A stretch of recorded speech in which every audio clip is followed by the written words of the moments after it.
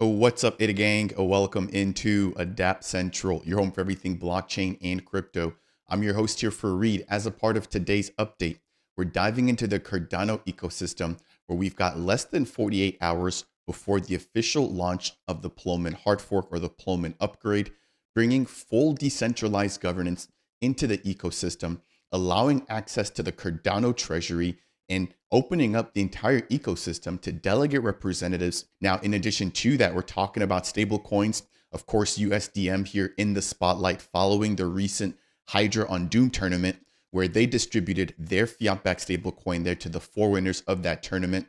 And then in addition to that, I want to break down some news here when it comes to the Cardano ecosystem guide, which was just released by the Cardano Foundation. And then towards the end of the video today, we're diving into the broader ecosystem, talking about a brand new NFT platform, a brand new monitoring system for Cardano stake pool operators, as well as diving into some potential alpha here when it comes to the Quantum Hosky game, which it now appears that Charles has invited some key contributors to that effort at his ranch. And I want to share something that I've just noticed here in one of the pictures that they've shared, which I think could be massive. Now, before we go any further, if it's your first time stopping by the channel, my goal is to help you find your footing here within the Cardano and Bitcoin ecosystems. If you appreciate content like this, smash that thumbs up on the way in. If you want more of it, consider subscribing. And if you have any questions, comments, or concerns, or if you just disagree with any of my points here for today's video, don't hesitate to leave a comment down below. Now, if you want to take your support here for the channel a step further, consider delegating with either of the two Dapp Central stake pools, both sharing and using the same ticker, DAPP. Now, the second pool and the most recent pool has just crossed over 1.5 million ADA delegated, and we've just officially minted our first block. So I just want to take a moment and the opportunity to say thank you to all the delegators and supporters here on the channel. Now, in closing, I do want to highlight that we are expecting the launch of Rare Evo taking place in the first week of August of 2025. I'll be there live in attendance in person. It's by far one of the biggest community events here put on for Cardano, but keep in mind, it is a multi-chain event. Now, if you will be participating and if you haven't already bought your ticket, make sure to go ahead and use the following code, which is DC10, which will give you a nice little discount there at checkout. I get a kickback, you get a discount, and of course, the team from Rare Evo is happy about the early registration. Without any further ado, let's jump right on in here. We've got quite a bit to break down, but first and foremost, we've got the official highlight here of what happens next with the Plomin upgrade. So I've released a lot of content on this already. I'm not going to rehash too much, but we've basically, in a nutshell, met all the requirements here for the SPO votes. The ICC is 100% on board. And at this point, we're really just waiting for some last minute parties to make their upgrades. But the hard fork will be taking place within the next 24 to 48 hours. That'll be on the 29th of January of 2025. So looking here, and of course, again, I've broken this down before, we've got 100% approval rate coming in from the ICC. And I want to actually dive into the reasoning in a little bit of a report that was just recently released for the Cardano Foundation, given the fact that they were one of the last parties to vote. And people were sort of wondering, why did it take the CF so long to vote? Well, they've released a PDF. We're going to dive into that here in just a moment. And I want to highlight one concern that they actually have about this Plomin hard fork. Looking at the right-hand side here, we've got more SPOs jumping on board with 65% saying yes to the hard fork upgrade. And as it stands, 34% remaining. Of course, again, at this point, it doesn't really matter. The hard fork is locked in. It's happening here on the 29th, regardless of how many additional SPOs come in and vote yes. From a readiness perspective, we've broken this down in other videos, but we've got the majority of big exchanges, including Coinbase, Kraken, KuCoin, which are all ready to go. And again, from a stake pool operator's perspective or a stake amount, we're ready to go there as well. Now let's talk a little bit more about the Cardano Foundation and their decision. So this has just come in here from Nicholas Cerny, the governance lead here for the CF. And in a nutshell, right, when we're taking a look at their rationale and maybe just backing up a little bit, if you aren't aware, as a part of the ICC, the Cardano Foundation's job is just to make sure that proposed actions are constitutional. Basically, that they abide by the current standing or by the current rules outlined in the Cardano Constitution. So in a summary here, it states that the governance action or the Plomin hard fork update is in fact constitutional after their review, and they've confirmed that it fulfills all procedural requirements which again enables SIP number 1694 and Plutus primitives, as well as the fact that all this complies within their guardrails. Now, jumping into the actual PDF here, I'll leave the link to this down below. It's relatively quick. It breaks down some of the information about the actual proposal, and we've got the vote summary here. So we've got a total of 7 members who make up the advisory board for the official decision for the CF. We've got 6 of them voting in favor or voting yes, and then we had just 1 person voting no to actually push forward with this. So obviously they were outnumbered, which meant that the final vote was a yes. Now they break down some of the reasoning and some of sort of their requirements, but there's one piece that I want to break down here, which is a quote unquote counter argument or key concern that node version 10.1.4 mitigates a denial of service risk by introducing mempool level safeguards. Now, however, this fix does not address the broader risk of malicious blocks, which could still exploit the vulnerability post hard fork, and node users who do not upgrade will remain vulnerable. So I think this is a valid concern here. And moving down, it states that the disclosed vulnerability raises questions about the adequacy of the review process and responsible disclosure practices. So that appears to be the reason why we may have seen a little bit of a slowdown when it came to the CF and them actually launching their official decision. But nonetheless, we are ready to go. So as we get ready to close things out here, at least as it pertains to governance, it states that their final conclusion is that the hard fork initiation action is in fact constitutional and that it adheres to all procedural requirements and guardrails specified in the interim constitution. Now, if you've missed it, there was the first ever governance debate, right, or DREP debate, which took place in Fort Myers, Florida, where we had a lot of big members and big voices here in the ecosystem, including Tamara Hassan. Hopefully I'm pronouncing her last name correctly, but she is the president of IOG. So obviously a big figure here, working right alongside the likes of Tim Harrison, as well as Charles Hoskinson. Now, they did release a fully dedicated live stream. I'll leave the link to that down below. It's about 6 to 7 hours. It was a whole day, almost like an entire workshop. But here we've got Jenny, we've got Rand from the Rare Evo crew, and then we've got Logan Poncho there from the Clarity DAO. Now, moving right on over, in addition to the recent debate that took place, there was a pretty big milestone that was reached here by the ADA community, and that's the fact that we've got over 5 billion ADA now delegated to DREPs. So if you haven't already delegated, please take the time to do so. I mentioned this in my last update, but if you haven't and you want to actually claim your staking rewards after the Plomin hard fork or after the 29th of January of 2025, you will not be able to do so unless you've delegated to a DREP. Now, that doesn't necessarily mean that you have to delegate to an actual person. You can also register as a direct voter yourself, or you can delegate to either of the 2 automated DREPs, which vote either in no confidence or which basically vote to abstain from all governance actions moving forward. But regardless, you have to delegate to a DREP or be an active voter in order to go ahead and claim your staking rewards after the hard fork kicks off. Now, if you want to go ahead and actually delegate to a DREP, I'll leave the link to this down below as always, but it's available, or you can do so at gov.tools. From here, it's relatively simple. You can just click on Connect Wallet. You can connect your Lace, Eternal, or NuFi. They've got a fully dedicated list, so there's actually more wallets that are supported here. But once you connect, you can view the DREP directory. And then from here, you can actually select whichever DREP you want to delegate to. And then very similarly, if you want to actually go ahead and register as a direct voter, there is a minor ADA fee, but you can also do that here from the official GovTools website. That will do it there for updates surrounding the upcoming hard fork and exactly what we can expect from that and governance here in the next couple of days. And now let's talk a little bit more about USDM. So this team was actually just out in Vegas. Their president, Jillian Plomin, was there. We also saw James or Blockjock, as well as Matt Tristan, one of their developers there from a technical perspective, in attendance. And they basically were just there representing, obviously, the team or the stablecoin, in the fact that they had the opportunity to get a little bit of exposure, right, with a smart contract that was immediately deployed after the Doom on Hydra tournament, which saw the winners getting their payout, right, directly on the blockchain using USDM. Now, this is the monthly newsletter. If you aren't already subscribed, make sure to go ahead and do so. The team releases this literally at the very beginning of each month.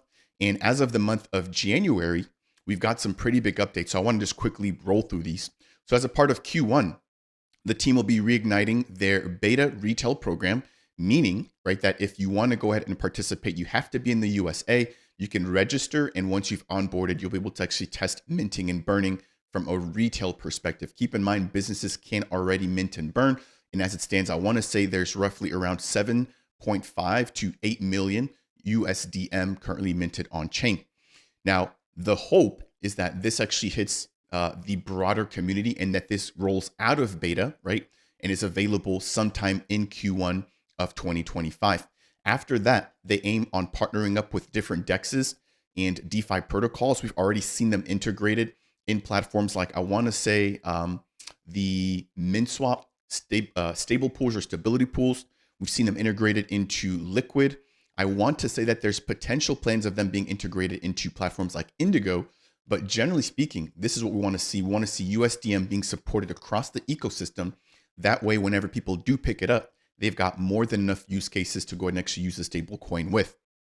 Moving into Q2, this is going to be their final push for their W3I software equity raise. If you've missed it, if you want to basically participate and actually own some shares of W3I, who's the builder of the stablecoin, you can go ahead and participate. I'll leave the link to that down below. And then moving forward into the latter portion of Q2, they'll be launching their original content as a part of an educational program. So I'll be reaching out to the team. There might be an opportunity for me here as a creator to also participate in something like this, but this will all be hosted on work.courses.